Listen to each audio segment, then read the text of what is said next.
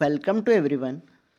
आज हम चैप्टर 11 आधुनिकीकरण के रास्ते के लघुत्तरी प्रश्न जो एग्ज़ाम में 3 अंक में पूछे जाएंगे उनका हल देखेंगे। हमारा पहला क्वेश्चन है, जापान में सैन्यकरण के कोई 3 कारणों का वर्णन कीजिए। सबसे पहले हम समझते हैं सैन्यकरण क्या है। तो सैन्यकरण क्या है? सेना को बढ़ावा देने की एक प्रोसेस होती है जिससे सेना को मजबूत किया जाता है। उसके क्या कारण है वो देखेंगे हम। इसके निम्नलिखित कारण है या कारण इस प्रकार से हैं या आप लिख लेंगे।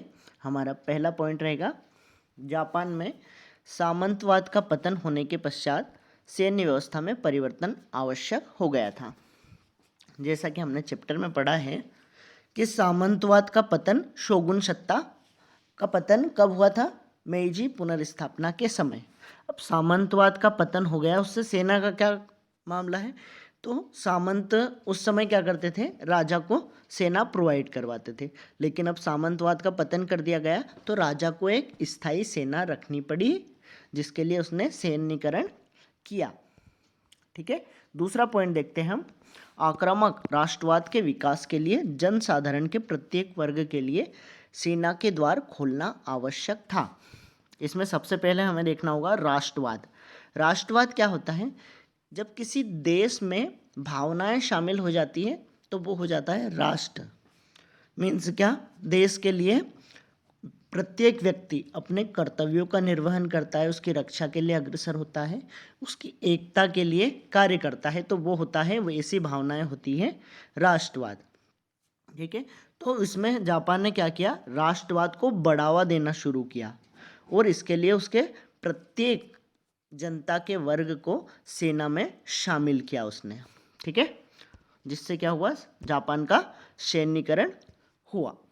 तीसरा पॉइंट देखते हैं, जापान की सैन्य शक्ति में वृद्धि करना और विदेशियों से राष्ट्र की रक्षा करना।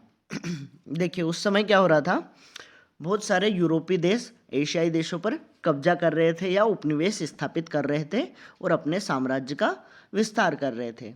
ठीक है, तो उनका सामना करने के लिए जापान को सेना की आवश्यकता थी। जितनी अधिक सेना होगी उतना अच्छा उससे सामना कर पाएंगे। ठीक है, तो विदेशियों से राष्ट्र की रक्षा और सैन्य शक्ति में वृद्धि करने के कारण उन्होंने क्या किया?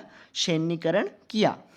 चौथा पॉइंट देखते हैं, साम्राज्य का विस्तार करना।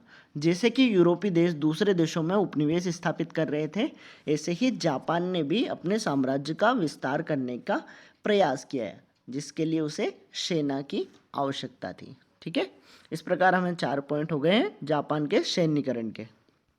अब हम दूसरा क्वेश्चन देखते हैं, जापान में शैक्षिक सुधारों पर टिप्पणी कीजिए। इसमें हमें क्या देखना है? शिक्षा में हुए सुधार, वो भी कब के? जब क्या हुआ? मेइजी की पुनर्स्थापना हुई या मेइजी शासन का प्रारंभ हुआ। ठीक है, इसे भी हम पॉइंट में देख सकते हैं कि इसमें शिक्षा के क्षेत्र में महत्वपूर्ण प्रयास किए गए। ठीक है, पहला पॉइंट देखते हैं, शिक्षा में नवीन मानदंड स्थापित किए गए। ठीक है, इसमें मानदंडों का पुनः निर्धारण किया गया, जिसमें राष्ट्र के प्रति निष्ठा का विकास, जापानी इतिहास का अध्ययन, व्यक्ति के चरित्र का निर्माण और ज्ञान विज्ञान से जनसाधारण का परिचय कराना शिक्षा के महत्वपूर्ण उद्देश्य घोषित किए गए। देखिए, राष्ट्र के प्रति निष्ठा से क्या होगा? राष्ट्रवाद बढ़ेगा। जापानी इतिहास के अध्ययन के लिए लोगों में क्या होगा? अपने देश के प्रति अच्छी भावनाएं पैदा होगी। चरित्र निर्माण, चरित्र निर्माण से होगा व्यक्ति का निर्माण। ठीक है, अच्छे चरित्र वाले व्यक्ति निर्मित होंगे। अगला है ज्ञान विज्ञान से जनसाधारण का परिचय कराना। ज्ञान विज्ञान क्यों आवश्यक था? क्योंकि जापान उस समय पश्चिमीकरण की ओर अग्रसर हो रहा था, देश का आधुनिकीकरण कर रहा था, इसलिए उसमें शिक्षा में ज्ञान और विज्ञान को भी शामिल किया।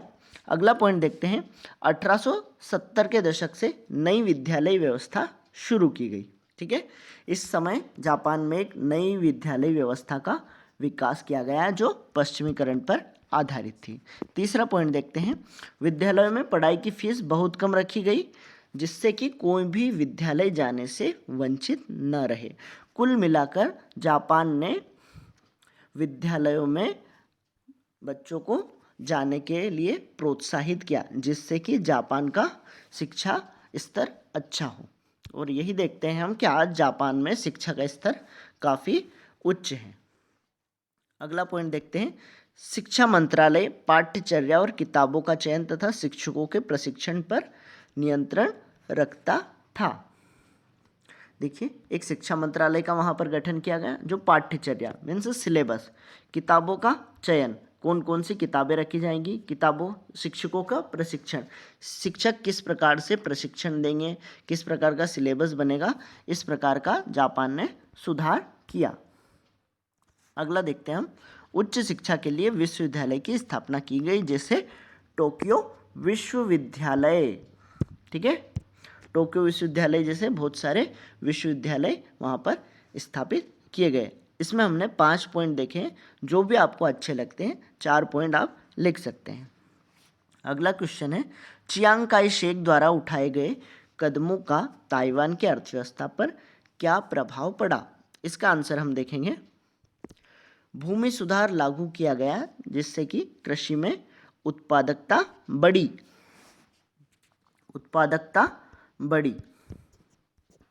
भूमि सुधार क्या होता है? भूमि का इस प्रकार से वितरण किया जाता है जिससे कि भूमि का अधिकतम उपयोग हो सके। उपयोग किस प्रकार? उससे अत्यधिक उत्पादन किया जा सके। ठीक है, तो भूमि सुधार किया जिससे वहाँ पर उत्पादन बढ़ा। दूसरा पॉइंट देखते हैं, अर्थव्यवस्था का आधुनिकीकरण किया जिससे राष्ट्रीय उत्पाद में वृद्धि हुई। आधुनिकीकरण कैसे किया उन्होंने? पश्चिमीकरण किया, जिससे वहाँ पर उद्योगों को बढ़ावा दिया और राष्ट्रीय उत्पाद में वृद्धि हुई, जिसे हम जीडीपी भी बोलते हैं।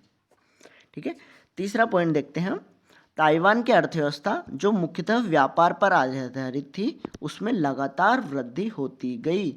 इस क्यों हुई? क्योंकि आधुनिकीकरण किया गया, वहाँ पर उद्योग स्थापित किए गए, जिससे वहाँ पर व्यापार बढ़ा और उसमें लगातार वृद्धि होती चली गई।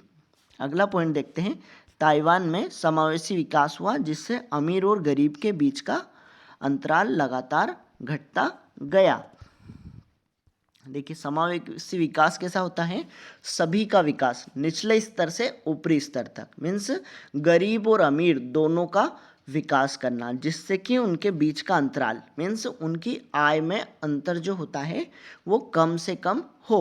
ठीक है, इस प्रकार का कार्य ताइवान में सन यात सेन के द्वारा किया गया,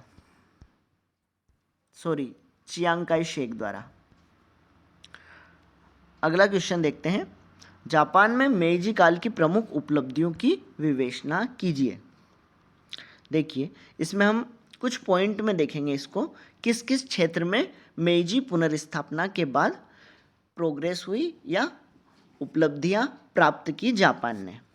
अब हम इसमें पहला पॉइंट देखते हैं, मेइजी पुनर्स्थापना के पश्चात जापान में सामंतवाद का पतन हुआ तथा आक्रामक राष्ट्रवाद के साथ जापान का सैन्यीकरण कर दिया गया। देखिए, इस पॉइंट को हम सिर्फ एक शब्द में याद रख सकते हैं, सैन्यीकरण। सैन्यीकरण हुआ कब हुआ? मेइजी पुनर्स्थापना के बाद हुआ। ठीक है, सामंतवाद का पतन हुआ जिसके कारण क्या करना पड़ा उनको? सैन्यीकरण करना पड़ा। तो ये क्या है? उपलब्धि है, सामंतवाद को खत्म कर सैन्यीकरण का बढ़ावा देना। अगला पॉइंट देखते हैं, जापान में संविधान का निर्माण। ठीक है, सिर्फ ये शब्द याद रखना है आपको, संविधान का निर्माण। अब संविधान में क्या किया गया? सम्राट को सर्वोच्च स्थान प्रदान किया गया और विधायिका का गठन किया गया। विधायिका क्या होती है? जो संसद होती है वो होती है विधायिका या विधानसभा। ठीक है, अगला पॉइंट देखते हैं, जापान की नई विद्यालय व्यवस्था का निर्माण किया गया। लड़के और लड़कियों के लिए स्कूल जाना अनिवार्य हो गया।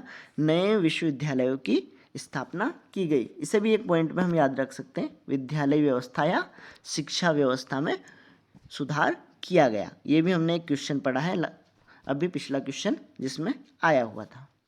अगला पॉइंट देखते हैं, नई आधुनिकीकरण की नीति को अपनाया गया और जापान की अर्थव्यवस्था का विकास हुआ।